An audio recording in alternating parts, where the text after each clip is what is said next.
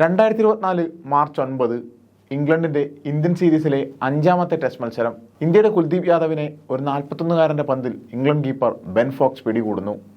കുൽദീപിന്റെ wicket നേടിക്കൊണ്ട് test ക്രിക്കറ്റിൽ 700 വിക്കറ്റുകൾ പൂർത്തിയാക്കിയ ആ പേസ് ബോളറെ ICC ഇങ്ങനെ വിശേഷിപ്പിച്ചു: another jewel in the crown of James Anderson.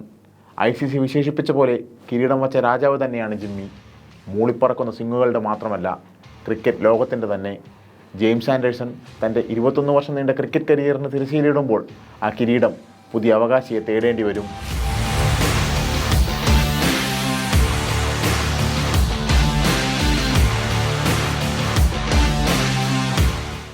വിക്കറ്റുകളെന്ന നേട്ടം കൈവരിക്കുക എന്നത് ഒരു ബോളറെ സംബന്ധിച്ച് അത്ര എളുപ്പമുള്ള കാര്യമല്ല.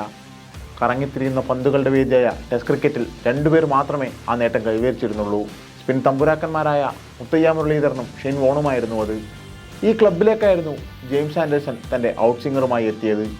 187 മത്സരങ്ങളിൽ നിന്നാണ് ആൻഡേഴ്സൺ 700 വിക്കറ്റുകൾ പിഴുതെടുത്തത്. ഈ വിക്കറ്റുകളിലെ 432 താരം നേടിയത് 30 വയസ്സിന് ശേഷമാണ് എന്നുള്ളതാണ് മറ്റൊരു ഹൈലൈറ്റ്. പ്രായം കൂടിയപ്പോൾ വീര്യവും കൂടിയതിൻ്റെ ഉദാഹരണം. ആൻഡേഴ്സൺ വിരമിക്കുന്നുവെന്ന വാർത്ത പുറത്തു വന്നപ്പോൾ ക്രിക്കറ്റ് ആരാധകരുടെ മനസ്സിലേക്ക് എത്തിയത് അയാൾ എറിഞ്ഞു തീർത്ത ഇൻസിംഗറും ഔട്ട്സിംഗറും റിവേഴ്സ് സിംഗറുകളും തന്നെയായിരിക്കും. ക്രിക്കറ്റ് ലോകം വിളിക്കുന്നത് പോലെ സിംഗറുകളുടെ തമ്പുരാൻ തന്നെയാണ് ജിമ്മി. ജെഫ്രി ബോയ്ക്കോട്ട് എന്ന പഴയ ഇംഗ്ലണ്ട് ക്രിക്കറ്റർ ആൻഡേഴ്സനെ കുറിച്ച് പറഞ്ഞത് അവന് ഒരു ഓറഞ്ച് പോലും സ്വിംഗ് ചെയ്യാൻ കഴിയുമെന്നായിരുന്നു. ജെയിംസ് ആൻഡേഴ്സൺ ദൈവത്തിൻ്റെ സമ്മാനമാണെന്നും അദ്ദേഹം കൂട്ടിച്ചേർക്കുന്നുണ്ട്. റിവേഴ്സിംഗ് പോലും റിവേഴ്സായി ഒരു ഔട്ട്സിംഗർ കണക്കെ ചെയ്യുന്ന ബോളർ എന്നാണ് ക്രിക്കറ്റ് ഇതിഹാസം സച്ചിൻ ജിമ്മിയെക്കുറിച്ച് പറഞ്ഞത്.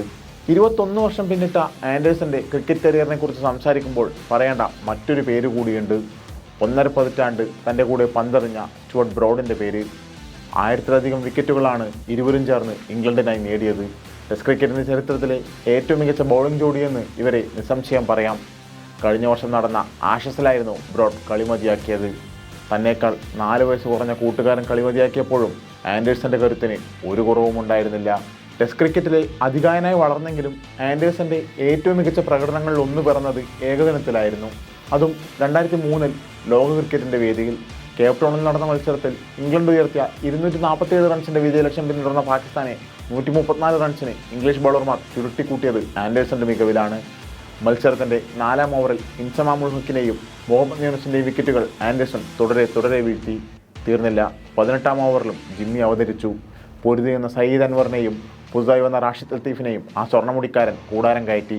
10 ഓവറുകളിൽ നിന്നായി 2 മെയ്ഡൻ ഉൾപ്പെടെ 4 വിക്കറ്റ് നേടിയ ആൻഡേഴ്സൺ വിട്ടുകൊടുത്തത് വെറും 29 റൺസ്. 2002 അതായത് തൻ്റെ 20ാം വയസ്സിലാണ് ജിമ്മി അന്താരാഷ്ട്ര ക്രിക്കറ്റിൽ അരങ്ങേറ്റം കുറിക്കുന്നത്. ഏകദിനത്തിലൂടെയായിരുന്നു അരങ്ങേറ്റം. 3 ഫോർമാറ്റുകളിലുമായി 400 മത്സരങ്ങൾ പൂർത്തിയാക്കിയ ആൻഡേഴ്സൻ്റെ പേരിൽ ആകെയുള്ളത് 987 വിക്കറ്റുകളാണ്. ടെസ്റ്റിൽ മാത്രമല്ല, ഏകദിനത്തിലും ഇംഗ്ലണ്ടിനായി ഏറ്റവും കൂടുതൽ വിക്കറ്റ് നേടിയതും ജിമ്മി തന്നെ. 2010 2020 ലോകകപ്പ് നേടിയ ടീമിലും ജിമ്മി അംഗമായിരുന്നു. വെസ്റ്റ് ഇൻഡീസിനെതിരെ ലോർഡ്സിൽ വെച്ച് നടക്കുന്ന ടെസ്റ്റിൽ ആൻഡേഴ്സൺ വിട പറയും. വിരമിക്കൽ അറിയിച്ചുകൊണ്ട് ആൻഡേഴ്സൺ പറഞ്ഞത് ഇങ്ങനെയാണ്: 20 വർഷമായി രാജ്യത്തെ പ്രതിനിധാനം ചെയ്യുന്നു. കുട്ടിക്കാലം മുതലുള്ള ആഗ്രഹമായിരുന്നു അത്. ഓരോ നിമിഷവും അത്രയ്ക്ക് ആസ്വദിച്ചു. വിട പറയാനുള്ള നേരമായിരിക്കുന്നു. മറ്റുള്ളവരുടെ സ്വപ്നങ്ങൾക്ക് വഴിമാറിക്കൊടുക്കുന്നതിനുള്ള സമയമായി. കുടുംബത്തിനും സഹതാരങ്ങൾക്കും പരിശീലകർക്കും നന്ദി. ലോർഡ്സിൽ കാണാം. അതെ, ലോർഡ്സിൽ.